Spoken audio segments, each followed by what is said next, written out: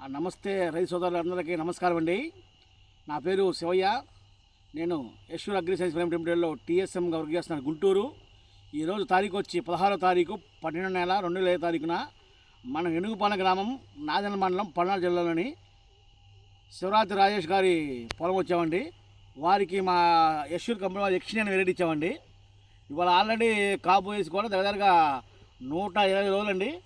120 రోజులు కూడా కాపు ఆల్రెడీ దిగింది, కాపు దిగిందండి. మొత్తం శుభ్రంగా దగ్గరగా 15 కింద కాపు దిగిందండి ఎకరానికి. ఇప్పుడు ఒక్కసారి చూడండి కాపు, మీకు కింద నుంచి కాపు దిగిందో, కింద నుంచి ఎక్కడ బొబ్బర కానీ కాయ సైజు చూడండి, కాయ సైజు కూడా చూడండి. ఎక్కడ వెరైటీ ఎలా ఉంది, వెరైటీ అసలు చాలా బాగుంది సార్ వెరైటీ.